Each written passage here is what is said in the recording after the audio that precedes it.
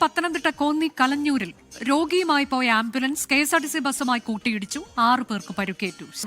പത്തനംതിട്ടയിൽ നിന്ന് രോഗിയുമായി തിരുവനന്തപുരത്തേക്ക് പോയ സേവാഭാരതിയുടെ ആംബുലൻസാണ് അപകടത്തിൽപ്പെട്ടത്. ബ്രേക്ക് കിട്ടാതെ തെന്നി മാറുകയായിരുന്നു. KSRTC ബസ്സിൽ ഇടിക്കുകയായിരുന്നു എന്ന് നാട്ടുകാർ പറയുന്നുണ്ട്. ഈ KSRTC ബസ്സിന്റെ മുൻവശം പൂർണ്ണമായി തകർന്ന ഒരവസ്ഥയാണ്. ഈ ആളുകൾ ഈ KSRTC ബസ്സിലുണ്ടായിരുന്നു. ഈ രോഗിയുടെ കൂട്ടിരിപ്പുകാരി ആയ സ്ത്രീ പുറത്തേക്ക് തെറിച്ചു വീഴുന്ന സാഹചര്യം വരെ നിലവിലുണ്ടായി. ബസ് ഇപ്പോൾ ഇടിച്ചു നിൽക്കുന്ന കാഴ്ചയാണ് കാണുന്നത്. ഇതാ ഇലക്ട്രിക് പോസ്റ്റിന് മുകളിലേക്ക് ഇടിച്ച് നിൽക്കുകയായിരുന്നു. മുഖത്തും തലയ്ക്കുമൊക്കെ ആളുകൾക്ക് കാര്യമായ രീതിയിലുള്ള പരിക്കുണ്ട് എന്നാണ് നാട്ടുകാർ പറയുന്നത്. നിരവധി തവണ നാട്ടുകാർ പരാതിപ്പെട്ടിട്ടും കാര്യമായ രീതിയിൽ ഇടപെടൽ അധികൃതരുടെ ഭാഗത്തുനിന്ന് ഉണ്ടാകുന്നില്ല. ഈ 6 പേരുടെ പരിക്ക് ഏത് തരത്തിലാണ്? അതായത് ഈ ആംബുലൻസ് ഡ്രൈവർക്ക് ഗുരുതരമായ പരിക്കുണ്ട് എന്ന് നാട്ടുകാർ തന്നെ പറയുന്നു. ചേട്ടാ, ഈ ആംബുലൻസ് ഡ്രൈവർക്ക് കാര്യമായ രീതിയിലുള്ള പരിക്കുണ്ടോ?